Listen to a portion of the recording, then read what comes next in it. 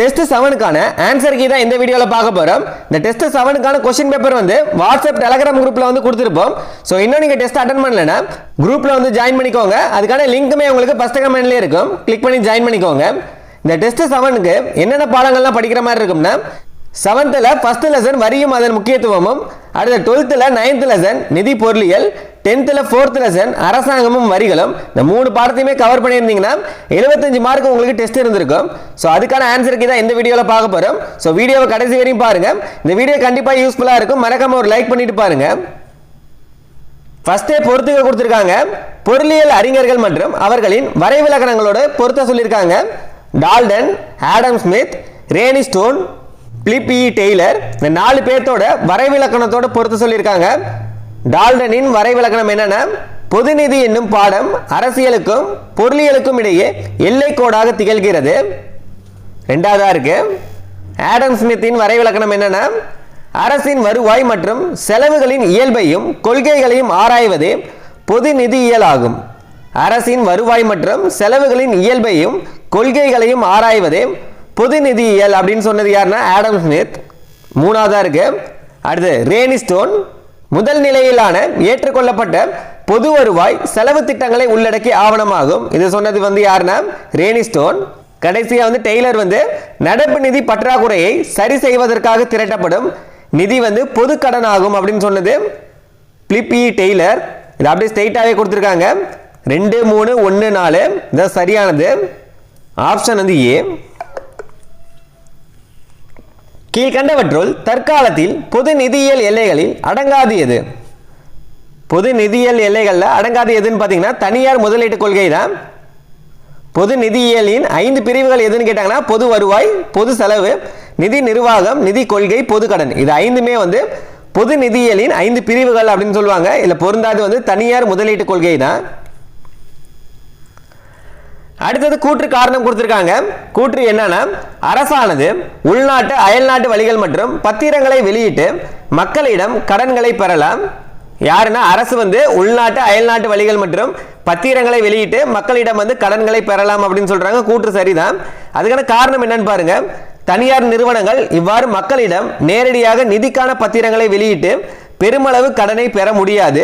மேலும் அரசு வேண்டுமெனில் பணத்தை அச்சடிக்கலாம். இது தனியாருக்கு சாத்தியம் இல்லை அப்படின்னு சொல்றாங்க. இது சரிதான். கூற்றும் சரிதான், காரணமும் சரிதான். கூற்று மற்றும் காரணம் இரண்டுமே சரி. காரணம் வந்து கூற்றை சரியாக விளக்குகிறது. கான், பிளீன் ஆகியோர் பொது செலவை எதன் அடிப்படையில் 4 வகையாக பிரிக்கின்றனர்? நன்மையின் அடிப்படையில், பணியின் அடிப்படையில் வகைப்படுத்தியவர் யார் அப்படின்னு கேட்டாங்கன்னா ஆடம் ஸ்மித். அரசுக்கு மக்கள் எந்தவித பிரதிபலன் எதிர்பார்ப்பும் இன்றி கட்டணமாக செலுத்த வேண்டியதே வரி என்ற கருத்தின்படி கீழ்கண்டவற்றில் வரியின் சிறப்பு இயல்புகளில் தவறானது எது? வரியின் சிறப்பு இயல்புகள்ல எது வந்து தவறானது அப்படின்னு கேட்டிருக்காங்க. வரி செலுத்துவதை மறுப்பது தண்டிக்கப்படக்கூடிய குற்றமாகும். இது சரியானதா? வரி செலுத்துவோர் தான் செலுத்தும் வரிக்கு இணையான குறிப்பிட்ட நன்மையை அரசிடமிருந்து எதிர்பார்க்கலாம். இதுதான் தவறானது. வரி செலுத்துவோர் வந்து எந்தவித எதிர்பார்ப்பும் இன்றி வரி வந்து செலுத்த வேண்டும். இதில் என்ன சொல்லியிருக்காங்க? வரி செலுத்துவோர் தான் செலுத்தும் வரிக்கு இணையான குறிப்பிட்ட நன்மையை அரசிடம் எதிர்பார்க்கலாம் அப்படின்றது தவறானது. இல்லை, தவறானது எதுன்னு தான் கேட்டிருக்காங்க. பி தான் தவறானது. அடுத்த ரெண்டுத்தையும் பார்த்துடலாம். ஒவ்வொரு வரியும் வரி செலுத்துவோரின் தியாகத்தை உள்ளடக்கியது. வரியானது சட்டத்தை மீறியதற்காக சுமத்தப்படும் தண்டத்தொகை போன்று விதிக்கப்படுவதல்ல. இது ரெண்டுமே சரியானதா? இல்லை, தவறானது வந்து பி தான் தவறானது. வரி விதிப்பின் புனித விதிகள் 4 வழங்கியவர். புனித விதிகள் 4 வழங்கியவர் யாருன்னா ஆடம் ஸ்மித்.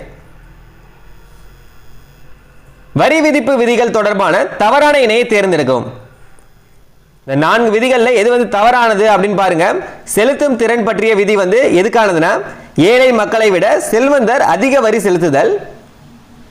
ஏழை மக்களை விட செல்வந்தர் அதிக வரி செலுத்துதல் செலுத்தும் திறன் பற்றிய விதி. ஏ சரிதான். நிச்சயத்தன்மை விதி வந்து வரி வீதம், செலுத்தும் காலம் ஆகியவை முதலில் இருந்தே உறுதி செய்யப்படுதல். பியும் சரியானது. வசதி விதி வந்து வரியை எளிதாக செலுத்தும் வண்ணம் வசதியான ஏற்பாட்டை செய்தல். சியும் சரியானது. சிக்கன விதி தான் அப்ப தவறா இருக்கும். சிக்கன விதி என்ன கொடுத்திருக்காங்கன்னா வரியை வசூலிப்பதற்கான செலவு வரி வசூலை விட அதிகமாக இருத்தல். இதுதான் தவறானது. வசூலிக்கும் செலவு குறைவாக இருக்கும் வரிகளை மட்டும்தான் அரசு விதிக்க வேண்டும் அப்படின்றது சிக்கன விதி. இதுல வந்து என்ன கொடுத்திருக்காங்க, அதிகமாக இருக்கும் வரிகள் அப்படின்னு கொடுத்திருக்காங்க. இதுதான் தவறானது. நேர்முக வரியும் மறைமுக வரியும் குறித்த வாக்கியங்களை கவனிக்க. 2 வாக்கியம் கொடுத்திருக்காங்க. நேர்முக வரியில் வரி சுமையை மற்றவர் மீது மாற்ற இயலாது, இது வளர்வீத தன்மை கொண்டது. ஒன்று வந்து சரிதான், ரொம்ப முக்கியமானது. நேர்முக வரி வந்து மற்றவர் மீது மாற்ற இயலாது, அது மட்டும் இல்லாம இது வந்து வளர்வீத தன்மை கொண்டது. இது சரிதான். 2வது பாருங்க, மறைமுக வரி பலரால் சுமக்கப்பட்டு இறுதியாக நுகர்வோர் மீது சுமையை மாற்றுகிறது, இது தேய்வீத தன்மை கொண்டது. இல்ல 2வது சரிதான். நேர்முக வரி வந்து மற்றவர் மீது மாற்ற முடியாது, அது மட்டும் இல்லாம இது வந்து வளர்வீத தன்மை கொண்டது. மறைமுக வரி வந்து பலரால் சுமக்கப்பட்டு நுகர்வோர் மீது வந்து சுமையை மாற்றுகிறது, இது வந்து தேய்வீத தன்மை கொண்டது அப்படின்னு சொல்றாங்க. ரெண்டுமே சரியானதா? இரண்டும் சரி. இந்தியாவில் சரக்கு மற்றும் பணிகள் வரி சட்டம் அதாவது ஜிஎஸ்டி வந்து பாராளுமன்றத்தில் நிறைவேற்றப்பட்ட நாளும் நடைமுறைக்கு வந்த நாளும் என்ன அப்படின்னு கேட்குறாங்க. ஃபர்ஸ்ட் வந்து ஜிஎஸ்டி பாராளுமன்றத்தில் நிறைவேற்றப்பட்ட நாள் எப்பனா 2017 மார்ச் 29. இது நடைமுறைக்கு வந்தது எப்பன்னு பார்த்தீங்கன்னா 2017 ஜூலை 1. நிறைவேற்றப்பட்டது மார்ச் 29, நடைமுறைக்கு வந்தது ஜூலை 1. சரியானது வந்து சி தான். அடுத்தது கூற்று காரணம் கொடுத்திருக்காங்க.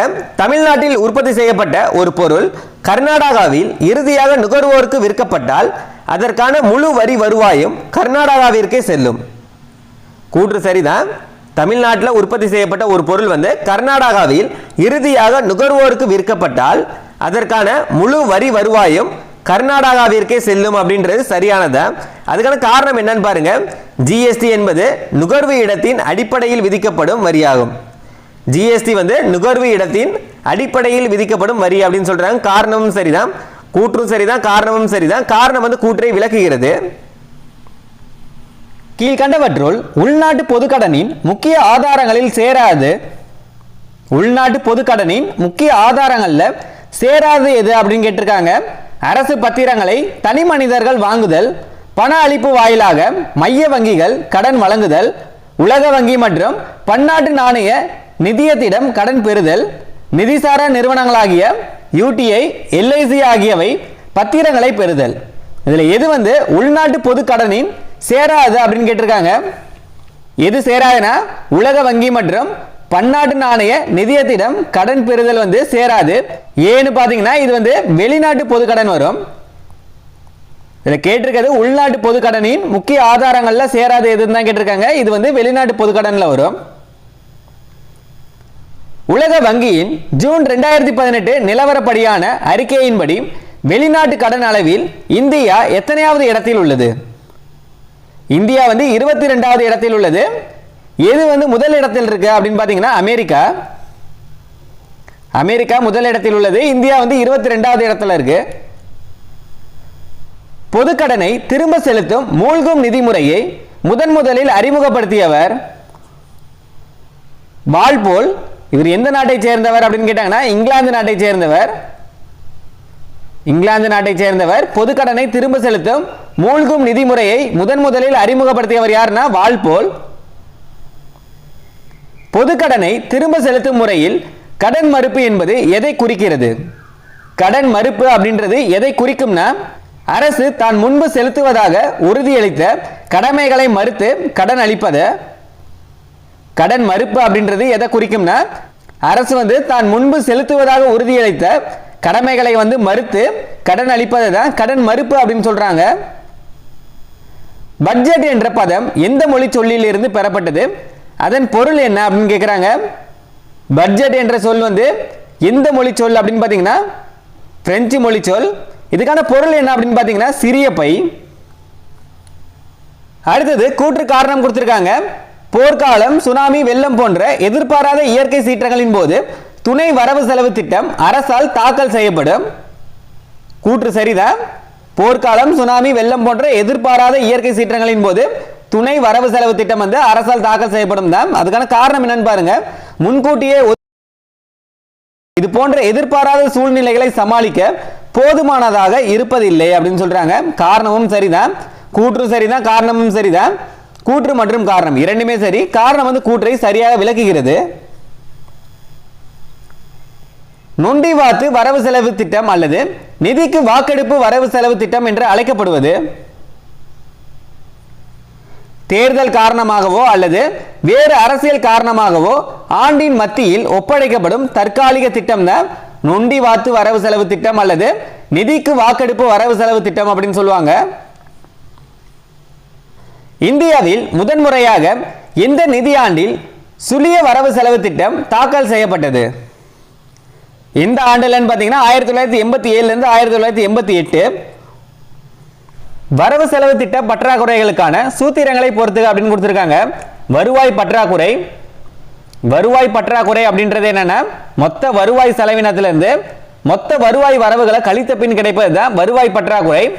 எக்ஸாம்பிளுக்கு உங்களோட வருமானம் வந்து 10 ரூபா அப்படின்னு பார்த்துட்டீங்கன்னா நீங்கள் எவ்வளோ செலவு பண்ணுறீங்கன்னா 12 ரூபா செலவு பண்ணுறீங்க. இப்போ செலவு வந்து எவ்வளோ ஆயிருக்கு? 2 ரூபா வந்து செலவு தான் ஆயிருக்கு. இதுதான் வருவாய் பற்றாக்குறை அப்படின்னு சொல்றாங்க. மொத்த வருவாய் செலவினத்திலிருந்து மொத்த வருவாய் வரவுகளை வந்து மைனஸ் பண்ணும் போது வருவாய் பற்றாக்குறை ஏற்படுது. இது வந்து மூணாவதா இருக்கு. அடுத்து வரவு செலவு திட்ட பற்றாக்குறை. வரவு செலவு திட்ட பற்றாக்குறை அதே தான், மொத்த செலவு மைனஸ் மொத்த வரவு. அடுத்தது நிதி பற்றாக்குறை. நிதி பற்றாக்குறை அப்படின்றது வரவு செலவு திட்ட பற்றாக்குறை மைனஸ் அரசின் அங்காடி கடன்களுடன் ஏனைய பொறுப்புகளும். நாலாவதா இருக்கு. முதன்மை பற்றாக்குறை வந்து நிதி பற்றாக்குறையிலிருந்து வட்டி செலுத்துதலை வந்து மைனஸ் பண்ணோம்னா முதன்மை பற்றாக்குறை கிடைக்கும். 2 3 1 4 2 தான் சரியானது. ஆப்ஷன் வந்து ஏ. இந்தியாவில் கீழ்காணும் பற்றாக்குறைகளில் எது அளவு மதிப்பில் பெரிதாக இருக்கும்? அளவு மதிப்புல எது வந்து பெரிதாக இருக்கும்னா நிதி பற்றாக்குறை தான். வரவு செலவு பற்றாக்குறையை விட இது வந்து பெருசு. வரவு செலவு திட்ட பற்றாக்குறையோட இது வந்து பெருசு. இந்திய அரசியலமைப்பின் 7வது அட்டவணையில் உள்ள அதிகார பகிர்வு பட்டியல்கள் மற்றும் அவற்றில் உள்ள இனங்களின் எண்ணிக்கையை சரியாக பொறுத்துக அப்படின்னு கொடுத்திருக்காங்க. 10th பாலிட்டிலேயே பார்த்திருப்போம். துறைகள் அப்படின்னு கொடுத்திருப்பாங்க. மத்திய பட்டியலில் எத்தனை இனங்கள் இருக்கு அப்படின்னு பார்த்தீங்கன்னா 100 இனங்கள் மூணாவதா இருக்கு. அடுத்த மாநில பட்டியலில் வந்து 61 இனங்கள். இணைப்பட்டியல் அதாவது பொதுப்பட்டியலில் வந்து 52 இனங்கள். 3 1 2 தான் சரியானது. ஆப்ஷன் வந்து ஏ. இந்திய அரசால் விதிக்கப்பட்டு ஆனால் மாநில அரசால் வசூலிக்கப்பட்டு பயன்படுத்தப்படும் வரி. மத்திய அரசால் விதிக்கப்பட்டு மாநில அரசால் வசூலிக்கப்பட்டு பயன்படுத்தப்படும் வரி என்ன அப்படின்னு கேட்கிறாங்க. வில்லை கட்டணம், மருத்துவ மற்றும் கழிவறை பொருட்கள் மீதான சுங்க வரி. இது எல்லாமே மத்திய அரசு விதிக்கப்பட்டு மாநில அரசால் வசூலிக்கப்படும் வரி. இதுக்கான சட்டப்பிரிவு என்ன அப்படின்றத நோட் பண்ணிக்கோங்க. 268. கூட்டரசு நிதியின் கொள்கைகளில் அடங்காதது. ஒவ்வொரு அரசும் தன் நிதியில் தன்னாட்சி பெற்றிருத்தல், ஒரே மாதிரியான தன்மை, அதாவது அனைத்து மாநிலங்களுக்கும் சமவரி செலுத்துதல் கொள்கை. அடுத்து இரட்டை வரி முறையை கட்டாயமாக்குதல், நிதி வசதி மற்றும் நிர்வாக சிக்கனம். இதுல எது வந்து கூட்டரசு நிதியின் கொள்கையில அடங்காது அப்படின்னு கேட்டிருக்காங்க. இதுல எது வராதுன்னு பாத்தீங்கன்னா இரட்டை வரி முறையை கட்டாயமாக்குதல் அப்படின்றது வராது. அடுத்தது கூற்று காரணம் கொடுத்திருக்காங்க. கூற்று என்னன்னா இந்திய அரசியலமைப்பு பிரிவு 280 படி நிதிக்குழு என்பது சட்டப்படியான ஒரு அமைப்பாகும். நிதிக்குழு என்பது ஒரு சட்டப்படியான ஒரு அமைப்பு அப்படின்னு சொல்றாங்க. எந்த சட்டப்பிரிவுனா 280 படி. கூற்று வந்து சரிதான். அதுக்கான காரணம் என்னன்னு பாருங்க. இது 5 ஆண்டுகளுக்கு ஒரு முறை குடியரசுத் தலைவரால் மத்திய மற்றும் மாநில அரசுகளுக்கு இடையேயான நிதி மற்றும் வரி பகிர்வை பரிந்துரை செய்ய அமைக்கப்படுகிறது. கூற்று சரிதான், காரணமும் சரிதான். கூற்று மற்றும் காரணம் இரண்டுமே சரி. காரணம் வந்து கூற்றை சரியாக விளக்குகிறது. நிதி குழுக்கள் மற்றும் அதன் தலைவர்களை சரியாக பொறுத்துக. இந்த கொஸ்டின் வந்து ரொம்ப ரொம்ப முக்கியமானது. முதலாவது நிதிக்குழு எப்பனா 1951. அதோட தலைவராக இருந்தவர் யாருன்னு பாத்தீங்கன்னா கேசி நியோகி. மூணாவதா இருக்கு கேசி நியோகி. 12வது நிதிக்குழுவின் தலைவராக இருந்தவர் சி ரங்கராஜன். நாலாவதா இருக்கு. எந்த ஆண்டுன்னு பாத்தீங்கன்னா 2002ல.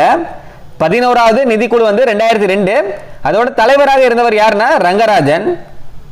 14வது நிதிக்குழுவின் தலைவர் ஒய்வி ரெட்டி 2013. 15வது நிதிக்குழுவின் தலைவராக இருந்தவர் என்கே சிங் 2017. 3 4 1 2 இதான் சரியானது. ஆப்ஷன் வந்து ஏ. இது ரொம்ப ரொம்ப முக்கியமானது.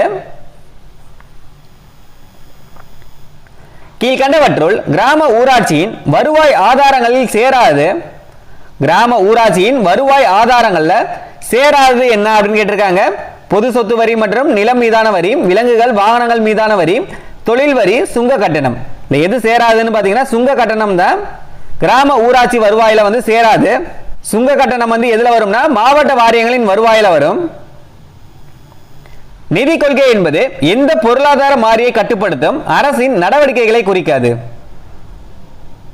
நிதி கொள்கையின் கருவிகள் அப்படின்னு பார்த்தீங்கன்னா எதெல்லாம் வரும்னா வரி, பொது செலவு, பொது கடன். இதெல்லாம் வந்து பொது செலவு, பொது கடன். இதெல்லாம் வந்து நிதி கொள்கையின் கருவிகள்ல வரும். ரிசர்வ் வங்கியின் ரெப்போ வட்டி விகிதம் இது எதுல வரும்னு பார்த்தீங்கன்னா பணவியல் கொள்கையில வரும். பணவியல் கொள்கையின் கருவிகள்ல வரும். அதனால பொருந்தாது வந்து ரிசர்வ் வங்கியின் ரெப்போ வட்டி விகிதம் தான் இதுல சேராது.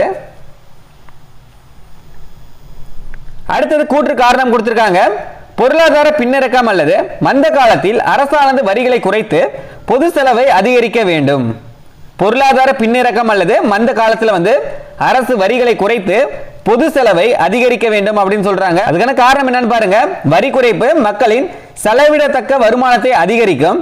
பொது செலவு அதிகரிப்பு வேலை வாய்ப்பையும் தேவையும் உயர்த்தி பொருளாதாரத்தை மீட்கும் அப்படின்னு சொல்றாங்க. இந்த ரெண்டுமே சரியானதா. கூற்று மற்றும் காரணம் இரண்டுமே சரி. காரணம் வந்து கூற்றை சரியாக விளக்குகிறது. நிதி கொள்கையின் நோக்கங்கள்ல தவறான வாக்கியம் எது? சமூக மேல் முதலீட்டில் செலவிட்டு முழு வேலை வாய்ப்பை அடைவது, சமூக மேல் முதலீட்டில் செலவிட்டு முழு வேலை வாய்ப்பை அடைவது, பணவீக்கம் மற்றும் பின்னிறக்கத்தை கட்டுப்படுத்தி விலை நிலைத்தன்மையை ஏற்படுத்துவது, வளர்வீத வரிமுறை மூலம் செல்வத்தின் சமமான பகிர்வை உருவாக்குவது, பின்தங்கிய பகுதிகளில் எவ்வித நிதி ஊக்கமும் வழங்காமல் வட்டார வேறுபாடுகளை அப்படியே பேணுவது. நோக்கங்கள்ல தவறான வாக்கியம் எதுன்னு பாத்தீங்கன்னா பின்தங்கிய பகுதிகளில் எந்தவித நிதி ஊக்கமும் வழங்காமல் அப்படின்னு சொல்லியிருக்காங்க. இதுதான் தவறானது. ஏன்னு பாத்தீங்கன்னா பின்தங்கிய பகுதிகளுக்கு வந்து நிதி ஊக்கம் வழங்கி சம வட்டார வளர்ச்சியை ஏற்படுத்துவது தான் நிதி கொள்கையின் முக்கியமான நோக்கங்கள்ல வரும். அதனால இதுதான் தவறானது. வரி விதிப்பு முறை தொடர்பான கலைச்சொற்களில் சரியான இணையை கண்டறிக. விகிதாச்சார வரி வருமானம் உயர உயர வரி வீதம் குறைதல். இல்லை ஏவே தவறானதா. விகிதாச்சார வரி வந்து அனைவருக்குமே ஒரே வரி வீதம் தான் வரும். இதுல என்ன சொல்லியிருக்காங்க வருமானம் உயர உயர வரி வீதம் குறைதல் அப்படின்ற மாதிரி சொல்லியிருக்காங்க. அதனால இது வந்து தவறு. அடுத்து வளர்வீத வரி வரியின் அடிப்படை கருத்தில் கொள்ளாது அனைவருக்கும் ஒரே வரி வீதம். வரியின் அடிப்படையை கருத்தில் கொள்ளாது அனைவருக்குமே ஒரே வரி வீதம் கொடுப்பது வளர்வீத வரி அப்படின்னு சொல்றாங்க. இல்ல பியும் தவறானதா. வளர்வீத வரி அப்படின்றது என்னன்னா வருமானம் உயர உயர அதுக்கான வரி வீதமும் உயர்வதுதான் வளர்வீத வரி அப்படின்ற மாதிரி சொல்றாங்க. அதனால ரெண்டுமே தவறு தான். அடுத்தது பாருங்க தேய்வீத வரி வருமானம் உயர உயர வரி வீதம் குறைதல். சரியானது இதுதான். தேய்வீத வரி அப்படின்றது வருமானம் உயர உயர வரி வீதம் வந்து குறையிறது தான் தேய்வீத வரி அப்படின்ற மாதிரி சொல்றாங்க. இதுதான் சரி.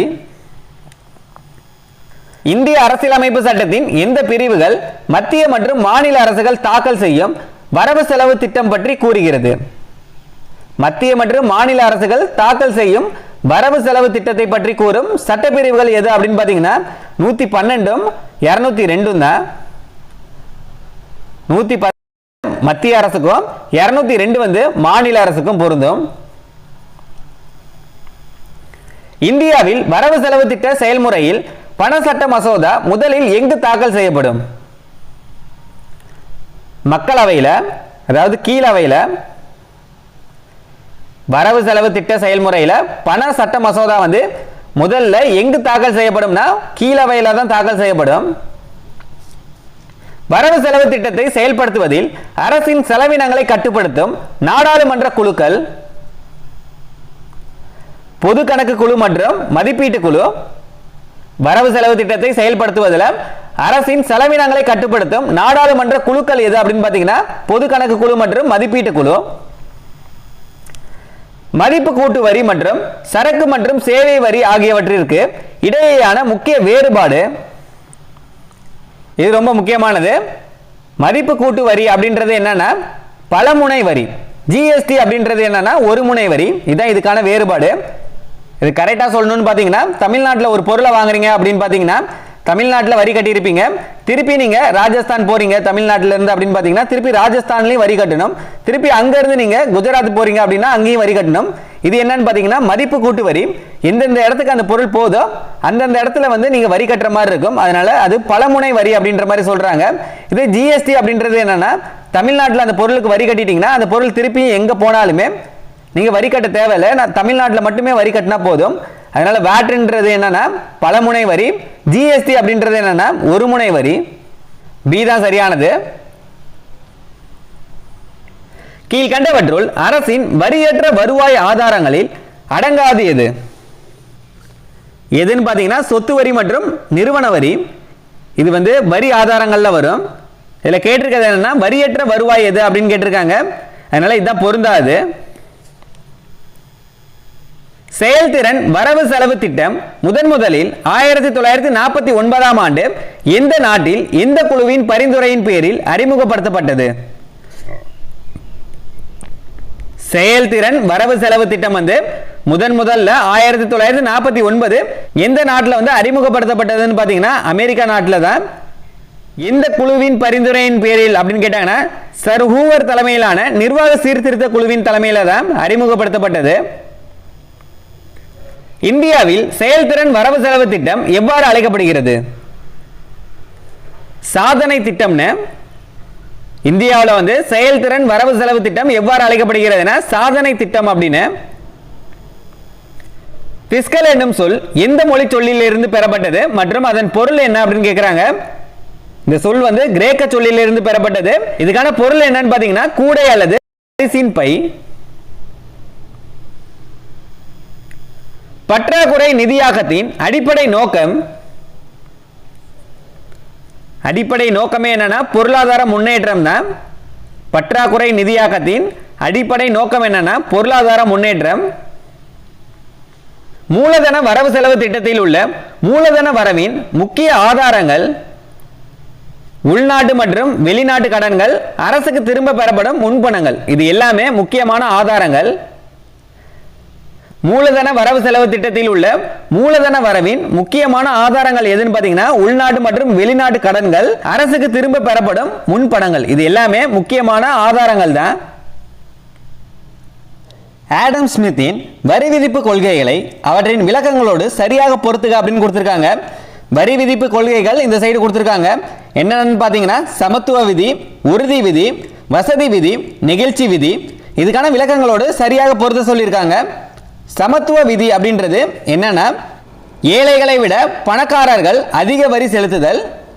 ஏழைகளை விட பணக்காரர்கள் வந்து அதிக வரி செலுத்துதல் தான் சமத்துவ விதி. நாலாவதா இருக்கு உறுதி விதி. ஒரு நபர் எவ்வளவு வரி செலுத்த வேண்டும் என்பதை முன்கூட்டியே அறிவித்தல் உறுதி விதி. வசதி விதி வரி எளிமையாக இருந்து வசூலிக்கும் செலவு குறைவாக இருத்தல்.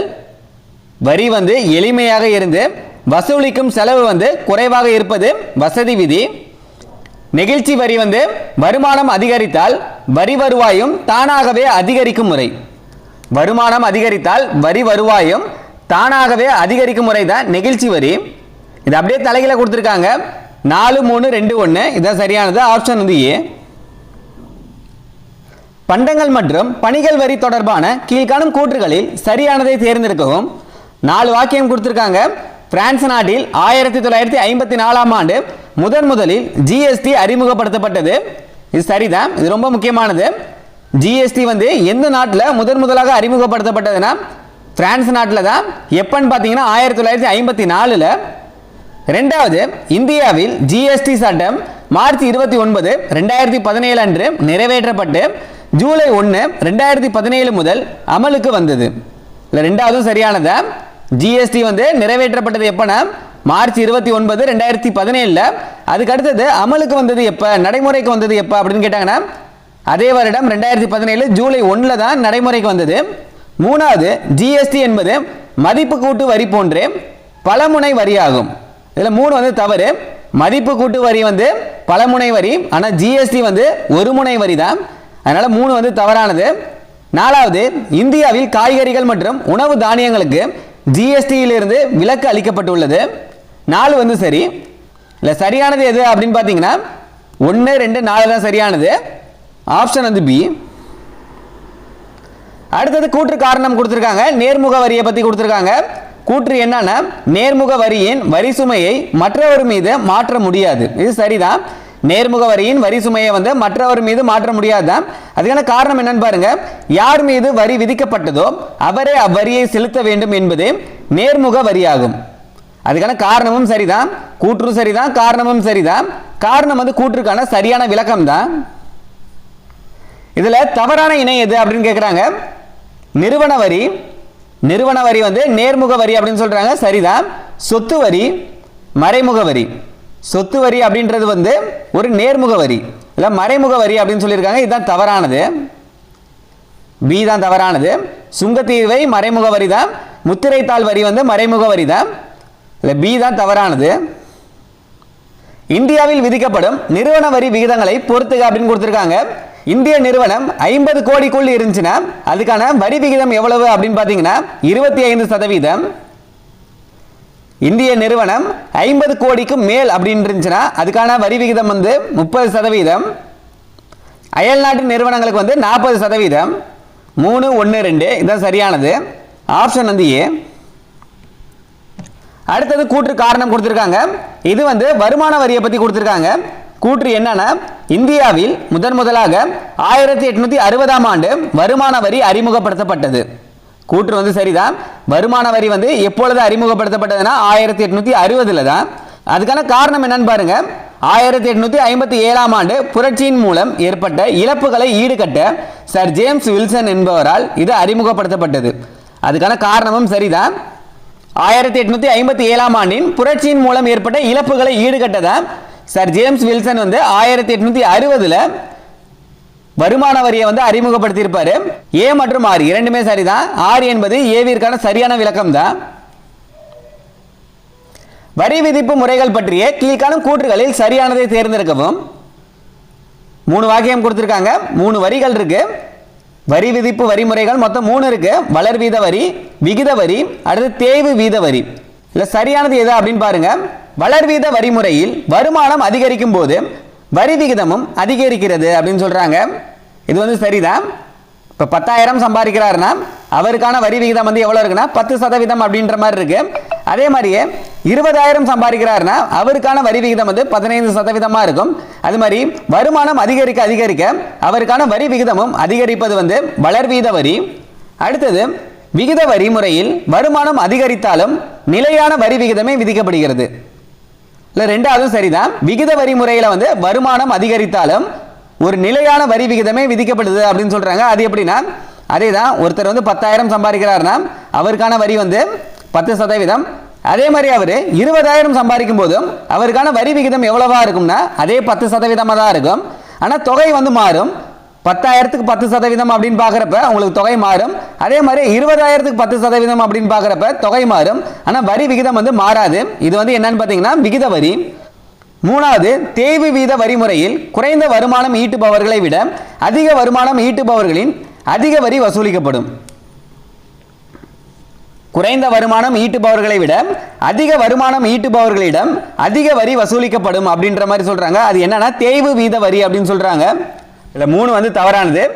தேய்வு வீத வரி அப்படின்றது என்னன்னா அதிக வருமானம் ஈட்டுபவர்களை விட குறைந்த வருமானம் ஈட்டுபவர்களிடம் அதிக வரி விகிதம் விதிப்பது தான் தேய்வு வீத வரி அப்படின்னு சொல்லுவாங்க. அதாவது இந்த வளர் வீத வரிக்கு எதிராக இருக்கிறது தான் இந்த தேய்வு வீத வரி அப்படின்னு சொல்லுவாங்க. அதனால 1, 2 தான் சரியானது. 3 வந்து தவறானது. ஆப்ஷன் வந்து ஏ. 1 மற்றும் 2 சரி. ஜிஎஸ்டியின் அமைப்பு முறைகளை சரியாக பொறுத்துக. எஸ்ஜிஎஸ்டி, அடுத்து சிஜிஎஸ்டி, ஐஜிஎஸ்டி. இல்லை எஸ்ஜிஎஸ்டி அப்படின்றது என்னன்னா மாநிலத்திற்குள் மாநில அரசால் வசூலிக்கப்படுவதுதான் எஸ்ஜிஎஸ்டி அப்படின்னு சொல்லுவாங்க. ரெண்டாவதா இருக்கு. அடுத்து சிஜிஎஸ்டி அப்படின்றது என்னன்னா மாநிலத்திற்குள் மத்திய அரசால் வசூலிக்கப்படுவது. இது ரெண்டாவதா இருக்கு. ஐஜிஎஸ்டி அப்படின்றது என்னன்னா மத்திய அரசால் மாநிலங்களுக்கு இடையே வசூலிக்கப்படுவது. 2 3 1 இதுதான் சரியானது. ஆப்ஷன் வந்து ஏ. கீழ்காணும் பொருளியல் அறிஞர்கள் மற்றும் அவர்களின் கூற்றுகளை கருத்தில் கொள்க. மொத்தமா 2 வாக்கியம் கொடுத்திருக்காங்க. இதுல எது வந்து சரியானது அப்படின்னு கேட்கிறாங்க.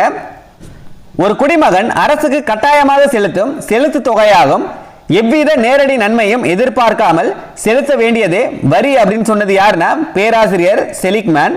ஒன்று வந்து சரிதான்.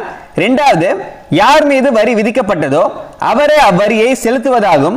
வரி செலுத்துபவரே வரி சுமையை ஏற்க வேண்டும். இதை யார் சொன்னதுன்னா பேராசிரியர் ஜே.எஸ். மில். ரெண்டுமே சரியானதா. இந்த 2 பாயிண்ட்டுமே ரொம்ப முக்கியமானது. இரண்டும் சரி. கீழ்கண்டவற்றுள் கருப்பு பணம் உருவாவதற்கான காரணங்கள்ல இல்லாது எது அப்படின்னு கேட்கிறாங்க. பண்டங்கள் பற்றாக்குறை, உரிமம் பெறும் முறை, குறைந்த வரி விகிதம், கடத்தல். இதுல எது வந்து இல்லைன்னா குறைந்த வரி விகிதம். குறைந்த வரி விகிதம் அப்படின்றது கருப்பு பணத்துக்கு ஒரு தீர்வா கூட இருக்கலாம், ஆனா காரணமா இருக்காது. அதுல சி தான் தவறானது. அரசாங்கத்தின் வளர்ச்சி கொள்கை பணிகளில் தவறான இணையை கண்டறிக. சட்டம் மற்றும் ஒழுங்கு, நடுவண் மற்றும் மாநில அரசுகள் சட்டங்களை இயற்றுகின்றன. சட்டம் மற்றும் ஒழுங்கு வந்து மத்திய மற்றும் மாநில அரசுகள் வந்து சட்டங்களை இயற்றுகிறது. ஏ சரிதான்.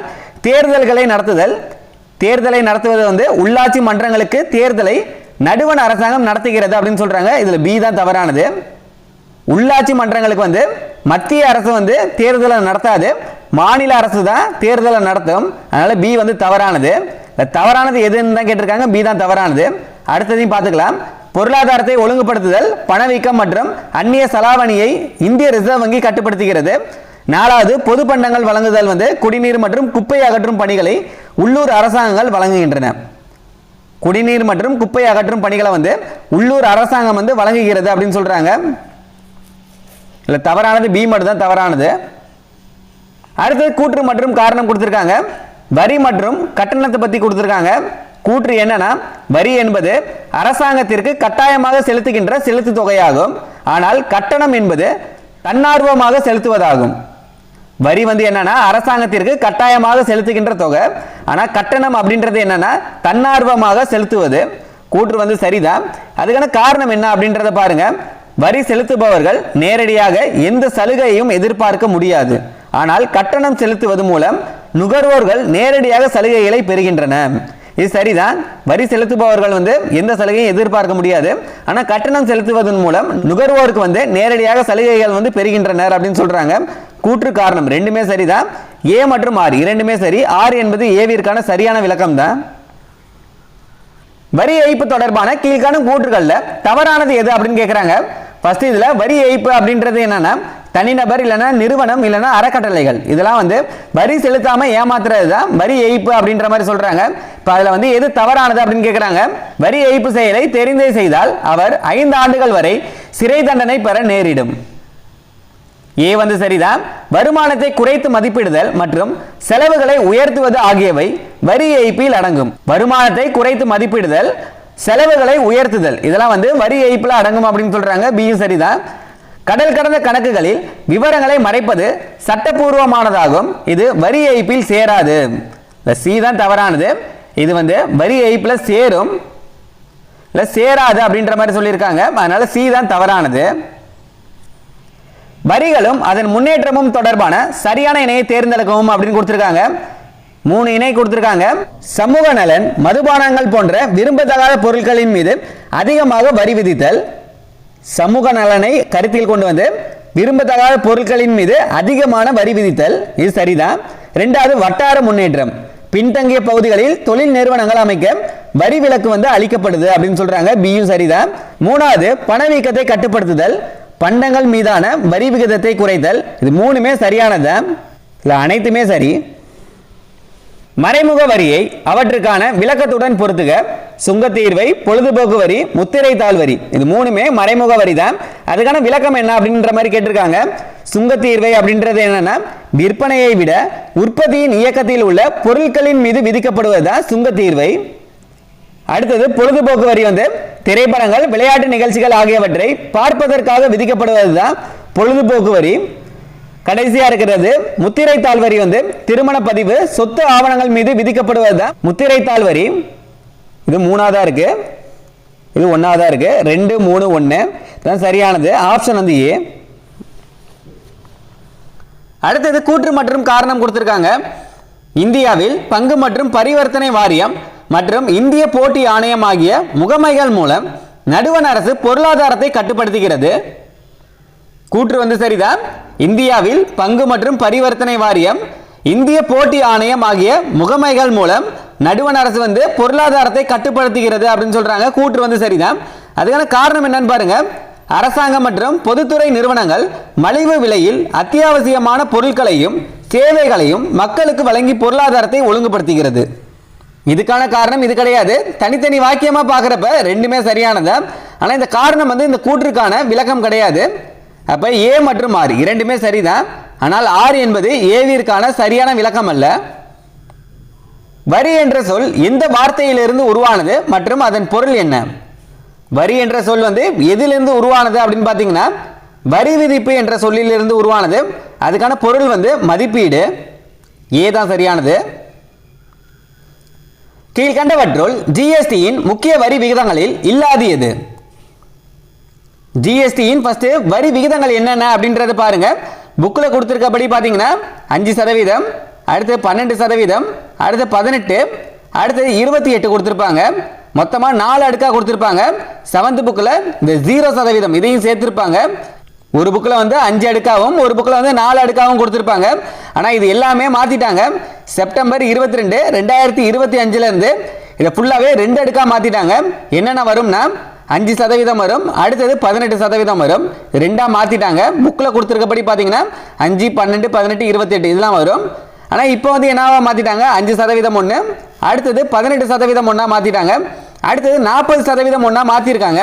இது எதுக்குன்னு பார்த்தீங்கன்னா காருக்கான ஜிஎஸ்டி, புகையிலை, மதுபானம் இதுக்கெல்லாம் 40% மாத்திருக்காங்க. மெயினா பாத்தீங்கன்னா இந்த 2 அடுக்க தான் நமக்கு எடுத்துக்கணும். இந்த 0% அப்படின்றது என்னன்னு பாத்தீங்கன்னா அத்தியாவசிய பொருட்களுக்கு அதாவது தனிநபர் உடல் நலம், ஆயுள் காப்பீடு, புத்தகம் இதுக்கெல்லாம் விலக்கு அளிச்சிருக்காங்க. அதனால 2 அடுக்குல 5%, 18% இதை மட்டும் தான் நம்ம எடுத்துக்கிற மாதிரி இருக்கும். கொஸ்டின்ல கேட்டிருக்கிறது என்னன்னு பாருங்க. ஜிஎஸ்டியின் முக்கிய வரி விகிதங்களில் இல்லாது எது அப்படின்னு கேட்டிருக்காங்க. இல்லாது அப்படின்னு பாக்குறப்ப 12 இல்லாததான், 25 இல்லாததான். வரி விதிப்பு முறைகளை அதற்கான எடுத்துக்காட்டுகளுடன் சரியாக பொறுத்துக. வளர்வீத வரி. வளர்வீத வரி வருமான வரிக்கான எடுத்துக்காட்டு. ரெண்டாவதா இருக்கு விகித வரி. விகித வரி நிறுவன வரிக்கான எடுத்துக்காட்டு. அடுத்து தேய்வு வீத வரி விற்பனை வரிக்கான எடுத்துக்காட்டு. 2, 3, 1 இதெல்லாம் முக்கியமானது. Option A. பின்வரும் வாக்கியங்களை கவனித்து சரியானதை கண்டறிக. 3 வாக்கியம் கொடுத்திருக்காங்க. இல்லை எது சரியானது அப்படின்னு கேட்குறாங்க. வரி விதிப்பு முறை நல அரசு என்ற கருத்தை மையமாக கொண்டு செயல்படுகிறது. வரி விதிப்பு முறை என்பது நல அரசு என்ற கருத்தை மையமாக கொண்டு செயல்படுகிறது அப்படின்னு சொல்றாங்க. ஒன்று சரிதான். ரெண்டாவது, அரசாங்கத்தின் செலவானது வரி வருவாயை விட அதிகமாக இருக்கும்போது ஒரு அரசாங்கம் கடனை திரட்டுகிறது. அரசாங்கத்தின் செலவானது வரி வருவாயை விட அதிகமாக இருக்கும்போது அரசாங்கம் கடனை திரட்டுகிறது அப்படின்னு சொல்றாங்க. ரெண்டும் சரிதான். மூணாவது, இந்தியாவின் முக்கிய மறைமுக வரிகள் சுங்க வரியும் பண்டங்கள் மற்றும் பணிகள் வரியும் ஆகும். இந்த 3மே சரியானதா? அனைத்தும் சரி. அடுத்த பொறுத்துக்க கொடுத்திருக்காங்க. மேற்கோள்கள் கொடுத்து அதுக்கான அறிஞர்களோட பொருத்த சொல்லியிருக்காங்க. சூரியன் பூமியிடம் இருந்து உறிஞ்சிய ஈரப்பதத்தை பன்மடங்கு திருப்பி தருகிறது. இதை யார் சொன்னதுன்னா காளிதாஸ். மூணாவதா இருக்கு. சூரியன் பூமியிடமிருந்து உறிஞ்சிய ஈரப்பதத்தை பன்மடங்கு திருப்பி தருகிறது அப்படின்னு சொன்னது யாருன்னா காளிதாஸ். இயற்றலும் ஈட்டலும் காத்தலும் காத்த வகுத்தலும் வல்லத்தரசு. இது பார்த்தாலே தெரியுது, திருவள்ளுவர் தான் சொன்னது. குறள் இது. ஒன்னாவதா இருக்கு. வரிகள் என்பவை ஒரு நபர் அரசுக்கு செலுத்த வேண்டிய கட்டாய பங்களிப்பாகும். இது யார் சொன்னதுன்னா செலிக்மன். கடைசி, வரி விதிப்பு கோட்பாடுகள் யாரோடதுன்னா ஆடம் ஸ்மித்தோடது. 3, 1, 4, 2 இதான் சரியானது. Option A. ஆடம் ஸ்மித்தின் வரி விதிப்பு கோட்பாடுகளில் சமத்துவ விதி என்பதன் சரியான விளக்கம். சமத்துவ விதி என்பதன் சரியான விளக்கம் என்னன்னா மக்கள் தத்தமது வசதிக்கேற்ப அல்லது நியாயமாக செலுத்தும் வகையில் வரி அமைய வேண்டும் அப்படின்றது தான் சமத்துவ விதியா ஆடம் ஸ்மித் சொல்றாரு. அடுத்தது பொறுத்துக்க கொடுத்திருக்காங்க. வரி விதிப்பின் வகைகள் கொடுத்திருக்காங்க. விகிதாச்சார வரி, வளர்வீத வரி, தேய்வு வீத வரி. விகிதாச்சார வரி அப்படின்றது என்னன்னா நம்ம எல்லாத்துக்குமே தெரியும், வருமான அளவை பொருட்படுத்தாமல் ஒரே மாதிரியான வரி விகிதத்தை கொடுப்பது தான் விகிதாச்சார வரி. மூணாவதா இருக்கு. அடுத்தது வளர்வீத வரி. வருமானம் அதிகரிக்கும் போது அதுக்கான விகிதமும் அதிகரிப்பது தான் வளர்வீத வரி அப்படின்னு சொல்லுவாங்க. இது ஒன்று. அடுத்து தேய்வு வீத வரி அதிக வருமானம் ஈட்டுபவர்களை விட குறைந்த வருமானம் ஈட்டுபவர்கள் அதிகம் பாதிக்கப்படுவது தான் தேய்வு வீத வரி. 3, 1, 2 ஆப்ஷன் பி. அடுத்தது கூற்று காரணம் கொடுத்திருக்காங்க. நேர்முக மற்றும் மறைமுக வரியை பத்தி கொடுத்திருக்காங்க. கூற்று என்னன்னா, நேர்முக வரியில் பணவீக்க அழுத்தம் இல்லை, ஆனால் மறைமுக வரியில் பணவீக்க அழுத்தம் உண்டு. கூற்று சரிதான். நேர்முக வரியில பணவீக்க அழுத்தம் கிடையாது, ஆனா மறைமுக வரியில பணவீக்க அழுத்தம் இருக்கு. கூற்று சரிதான். அதுக்கான காரணம் என்ன அப்படின்றத பாருங்க. நேர்முக வரியின் நெகிழ்வுத்தன்மை குறைவு, மறைமுக வரியின் நெகிழ்வுத்தன்மை அதிகம். தனித்தனி வாக்கியமா பார்க்கறப்ப இது சரிதான், ஆனா இந்த காரணம் இந்த கூற்றுக்கான விளக்கம் கிடையாது. ரெண்டுமே தனித்தனியா வேறுபாடை பத்தி தான் சொல்லியிருக்காங்க. நேர்முக வரியில பணவீக்க அழுத்தம் இல்லை அப்படின்னு சொல்லியிருக்காங்க. அதே மாதிரியே நெகிழ்வு தன்மை குறைவு அப்படின்னு சொல்லியிருக்காங்க. அதே மாதிரியே மறைமுக வரியில பணவீக்க அழுத்தம் உண்டு, அதே மாதிரியே நெகிழ்வு தன்மை அதிகம் அப்படின்ற மாதிரி சொல்லியிருக்காங்க. வேறுபாடு மாதிரி தனித்தனி கூற்றா தான் சொல்லியிருக்காங்க. ஆனா இந்த கூற்றுக்கான காரணமா இதை சொல்லல. அப்ப கூற்று மற்றும் காரணம் ரெண்டுமே சரிதான், ஆனா இந்த காரணம் இந்த கூற்றுக்கான சரியான விளக்கம் கிடையாது. கீழ்கண்டவற்றுள் நேர்முக வரி அல்லாது எது? சொத்து வரி நேர்முக வரி தான், நிறுவன வரி நேர்முக வரி தான், அன்பளிப்பு வரியும் நேர்முக வரி தான், கலால் வரி ஆயத்தீர்வை வரி மறைமுக வரியில வரும், இதான் வராது. அடுத்தது கூற்று காரணம். கூற்று என்ன சொல்லியிருக்காங்கன்னு பாருங்க. இந்தியாவில் நேர்முக வரிகளுக்கென மத்திய நேரடி வருவாய் வாரியம் என்னும் தனி வாரியம் நிறுவப்பட்டுள்ளது. நேர்முக வரிகளுக்கென மத்திய நேரடி வருவாய் வாரியம் என தனி வாரியம் நிறுவப்பட்டுள்ளது அப்படின்னு சொல்லியிருக்காங்க. கூற்று சரிதான். அதுக்கான காரணம் என்னன்னு பாருங்க. இது மத்திய வருமான சட்டம் 1963 கீழ் நிறுவப்பட்டது. காரணமும் சரிதான். இது எப்ப நிறுவப்பட்டதுன்னா மத்திய வருமான சட்டம் 1963 கீழ் நிறுவப்பட்டது அப்படின்னு சொல்றாங்க. கூற்று சரிதான். அதுக்கான காரணமும் சரிதான். கூற்று மற்றும் காரணம் இரண்டுமே சரி. காரணம் கூற்றிற்கான சரியான விளக்கம் தான். தவறான இணையை தேர்ந்தெடுக்கவும் அப்படின்னு கொடுத்திருக்காங்க. சேவை வரி சேவைகளை பெறுபவர்களிடமிருந்து வசூலிக்கப்படுவது, அதாவது சேவை வரி ஏ சரிதான். விற்பனை வரி என்னன்னா பொருளை வாங்குபவர் மீது வரி சுமை மாற்றப்படுவது தான் விற்பனை வரி, இதுவும் சரிதான். கலால் வரி அப்படின்றது என்னன்னா காணொளி விளையாட்டுகள் கண்காட்சிகளுக்கு விதிக்கப்படும் வரி கலால் வரி அப்படின்னு சொல்றாங்க. இதுல சி தவறானது. காணொளி விளையாட்டுகள் கண்காட்சிகளுக்கு விதிக்கப்படும் வரி என்னன்னா பொழுதுபோக்கு வரி வரும். இல்ல கலால் வரி அப்படின்னு சொல்லியிருக்காங்க. சி தவறானது. கலால் வரி அப்படின்றது என்னன்னா பொருட்களை வாங்குபவர் செலுத்தும் வரியை தான் கலால் வரி அப்படின்னு சொல்லுவாங்க. அதனால சி தான் தவறானது. சரியான வாக்கியத்தை தேர்ந்தெடுக்கவும். 3 வாக்கியம் கொடுத்திருக்காங்க. முக்கியமானது தூய்மை பாரத வரி, இதை பத்தி கொடுத்திருக்காங்க. இது 2015ஆம் ஆண்டு நவம்பர் 15ஆம் நாள் தொடங்கப்பட்டது. ஒன்று சரிதான். தூய்மை பாரத வரி இது 2015ஆம் ஆண்டு நவம்பர் 15ல தொடங்கப்பட்டது. இதன் வரி விகிதம் 0.5% ஆகும். இல்ல ரெண்டும் சரியானதுதான். 3 இது அனைத்து வகையான வரி சேவைகளுக்கும் பொருந்தும். இது 3 வாக்கியமுமே சரியானதா, அனைத்தும் சரி. சரக்கு மற்றும் சேவை வரி அறிமுகம் குறித்த கூற்றுகளை ஆராய்க. 3 வாக்கியம் கொடுத்திருக்காங்க. 2003ஆம் ஆண்டில் ஹரியானாவில் முதலில் மதிப்பு கூட்டு வரி அறிமுகப்படுத்தப்பட்டது. ஃபர்ஸ்ட் எது அறிமுகப்படுத்தப்பட்டதுன்னா மதிப்பு கூட்டு வரி தான் அறிமுகப்படுத்தப்பட்டது. அதாவது இது என்ன பல்முனை வரி, பலமுனை வரி அப்படின்னு சொல்லுவாங்க. எங்க அறிமுகப்படுத்தப்பட்டதுன்னா ஹரியானாவில் 2003ல. ஒன்று சரிதான். அடுத்தது 2005ல பஞ்சாப், சண்டிகர், டெல்லி உள்ளிட்ட 24 மாநிலங்கள் அல்லது யூனியன் பிரதேசங்களில் மதிப்பு கூட்டு வரி அறிமுகப்படுத்தப்பட்டது. எந்த ஆண்டுன்றது முக்கியமானது. 2005ல பஞ்சாப், சண்டிகர், டெல்லி உட்பட 24 மாநிலங்களில் இந்த வாட் அறிமுகப்படுத்தப்பட்டது. ரெண்டும் சரிதான். 3வது பாருங்க. ஜிஎஸ்டி இந்தியாவில் 2017 ஜூலை 1 முதல் முழுமையாக செயல்படுத்தப்பட்டுள்ளது. இந்த 3 வாக்கியமே சரியானதா. இந்த 3 வாக்கியமே ரொம்ப ரொம்ப முக்கியமானது, அனைத்தும் சரி. அடுத்தது கூற்று என்ன சொல்லியிருக்காங்கன்னு பாருங்க. பெட்ரோலிய பொருட்கள், ஆல்கஹால் மற்றும் மின்சாரம் ஆகியவற்றின் மீதான வரி மாநில அரசால் தனித்தனியாக வசூலிக்கப்படுகிறது. அதுக்கான காரணம் என்னன்னா ஜிஎஸ்டி மத்திய அரசால் வசூலிக்கப்பட்டாலும் மேற்கண்ட பொருட்களுக்கு ஜிஎஸ்டியிலிருந்து விலக்கு அளிக்கப்பட்டு தனித்தனியாக மாநில அரசால் வசூலிக்கப்படுகிறது அப்படின்னு சொல்லியிருக்காங்க. கூற்று சரிதான், காரணமும் சரிதான். கூற்று மற்றும் காரணம் இரண்டுமே சரி. காரணம் வந்து கூற்றிற்கான சரியான விளக்கம் தான். தவறான இணையை தேர்ந்தெடு. சிஜிஎஸ்டி, எஸ்ஜிஎஸ்டி, ஐஜிஎஸ்டி, அடுத்து சிஜிஎஸ்டி அப்படின்னு கொடுத்துருக்காங்க. இதில் பாருங்க, பார்த்தாலே தெரிகிறது எது தவறானதாக இருக்கும்னா இங்கேயும் சிஜிஎஸ்டின்னு கொடுத்து ஒன்று கொடுத்துருக்காங்க, இந்த இடத்துலையுமே சிஜிஎஸ்டி அப்படின்னு கொடுத்து இந்த இடத்துலையுமே அதுக்கான விளக்கம் கொடுத்துருக்காங்க. அப்போ இந்த ரெண்டு இதில் ஏதோ ஒன்று தான் தவறாக இருக்கும். எஸ்ஜிஎஸ்டி அப்படின்றது உள் மாநில பொருள் மற்றும் சேவை வரி, இது வந்து மாநில அரசால் வசூலிக்கப்படுவது. ஐஜிஎஸ்டி அப்படின்றது மாநிலங்களுக்கு இடையேயான சரக்கு மற்றும் சேவை வரி.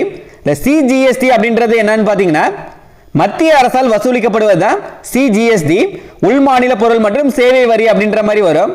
இல்லை தவறானது என்னன்னு பார்த்தீங்கன்னா டி தான் தவறானது. ஜிஎஸ்டியின் வரி அடுக்குகளில் இல்லாத விகிதம், இந்த கொஸ்டின் தான் ஏற்கனவே பார்த்துருப்போம். புக்கில் இருக்கப்படி பார்த்தீங்கன்னா எது ஆன்சராக வரும்னா இல்லாத விகிதம் எது அப்படின்னு தான் கேட்டிருக்காங்க. அப்போ வரி அடுக்குகளில் இல்லாத விகிதம் பாருங்க 24% இருக்காது. ஏன்னா புக்கில் என்ன கொடுத்துருப்பாங்க 5%, 12, 18, 28 கொடுத்துருப்பாங்க. இல்லை இல்லாது என்னன்னு பார்த்தீங்கன்னா 24 தான் இல்லாது. கீழ்காணும் வரிகளில் பொருந்தாத ஒன்றை தேர்ந்தெடுக்கவும். எந்த வரி வந்து பொருந்தாது அப்படின்னு கேட்குறாங்க. பொருந்தாது எதுன்னு பார்த்தீங்கன்னா செல்வ வரி, அதாவது சொத்து வரியை தான் செல்வ வரி அப்படின்னு சொல்லுவாங்க. ஏன்னு பார்த்தீங்கன்னா சொத்து வரி வந்து நேர்முக வரியில வரும், சொத்து வரி நேர்முக வரியில வரும், மதிப்பு கூட்டு வரி, விற்பனை வரி, சுங்க வரி, இது மூணுமே வந்து மறைமுக வரியில வரும். அதனால பொருந்தாது எதுன்னு பார்த்தீங்கன்னா செல்வ வரி தான் பொருந்தாது. சரியான வாக்கியத்தை தேர்ந்தெடு. சொத்து வரியை பத்தி கொடுத்திருக்காங்க, 2 வாக்கியம் கொடுத்திருக்காங்க. முன்னோர்களின் சொத்துக்களின் மீது விதிக்கப்படும் வரி சொத்து வரியாகும், இது சரிதான். ரெண்டாவது, இத்தகைய வரியிலிருந்து வரி செலுத்துபவருக்கு சில சிறப்பு விலக்குகள் அளிக்கப்படுகின்றன. இல்லை 2 வந்து தவறானது. சொத்து வரி வந்து அரசாங்கத்துக்கு கண்டிப்பா செலுத்தணும் தான், சிறப்பு விலக்குகள் அளிக்கப்படுகிறது அப்படின்ற மாதிரி சொல்லியிருக்காங்க, இது தவறானதான். 1 மட்டும்தான் சரி. அடுத்தது கூற்று காரணம் கொடுத்திருக்காங்க. பொருளாதாரத்தின் வரியின் முக்கியத்துவம் பத்தி கொடுத்திருக்காங்க. வரியாக வசூலிக்கப்படும் பணம், ஓய்வூதியங்கள், வேலை இல்லாதோருக்கான ஊக்கத்தொகை, குழந்தை பாதுகாப்பு போன்றவற்றிற்கும் நிதி ஒதுக்கப்படுகின்றது. நிதி வந்து எதுக்கெல்லாம் ஒதுக்கப்படுதுன்னா ஓய்வூதியங்கள், வேலை இல்லாதோருக்கான ஊக்கத்தொகை, குழந்தை பாதுகாப்பு, இதுக்கு எல்லாத்துக்குமே ஒதுக்கப்படுது அப்படின்னு சொல்றாங்க. கூற்று வந்து சரிதான். அதுக்கான காரணம் என்னன்னு பாருங்க, ஏன் ஒதுக்கப்படுது அப்படின்றத சொல்லணும். வரி ஒரு நாட்டின் பொருளாதார வளர்ச்சியின் நிலையை பாதிக்கிறது மற்றும் நாட்டின் மொத்த உள்நாட்டு உற்பத்திக்கு தன் பங்களிப்பை வழங்குகிறது. இந்த கூற்றுக்கான காரணம் வந்து இது கிடையாது. ஆனா இதை கூற்றா நீங்க பாக்குறப்ப இந்த வாக்கியமும் சரியானதுதான். வரி வந்து ஒரு நாட்டின் பொருளாதார வளர்ச்சியின் நிலையை வந்து பாதிக்குது, நாட்டின் மொத்த உள்நாட்டு உற்பத்திக்கு வந்து தன் பங்கினை வழங்குகிறது அப்படின்றது சரியான வாக்கியம் தான். 2 வாக்கியமா பாக்குறப்ப 2மே சரிதான். அப்ப கூற்று மற்றும் காரணம் 2மே சரிதான். ஆனா காரணம் வந்து இந்த கூற்றுக்கான சரியான விளக்கம் கிடையாது. இதோட டெஸ்ட் 7க்கு வந்து 75 வினாக்கள் பார்த்திருப்போம். இந்த 75 வினாக்கள்ல எவ்வளவு வினாக்களுக்கு உங்களால பதிலளிக்க முடிஞ்சிருக்குன்னு மறக்காம கமெண்ட் பண்ணுங்க. இந்த வீடியோ கண்டிப்பா யூஸ்ஃபுல்லா இருந்திருக்கும். மறக்காம ஒரு லைக் பண்ணிட்டு பாருங்க. இன்னும் நீங்க வாட்ஸ்அப் டெலிகிராம் குரூப்ல ஜாயின் பண்ணிக்கோங்க. அதுக்கான லிங்க்குமே உங்களுக்கு ஃபர்ஸ்ட் கமெண்ட்லயே இருக்கும், கிளிக் பண்ணி ஜாயின் பண்ணிக்கோங்க.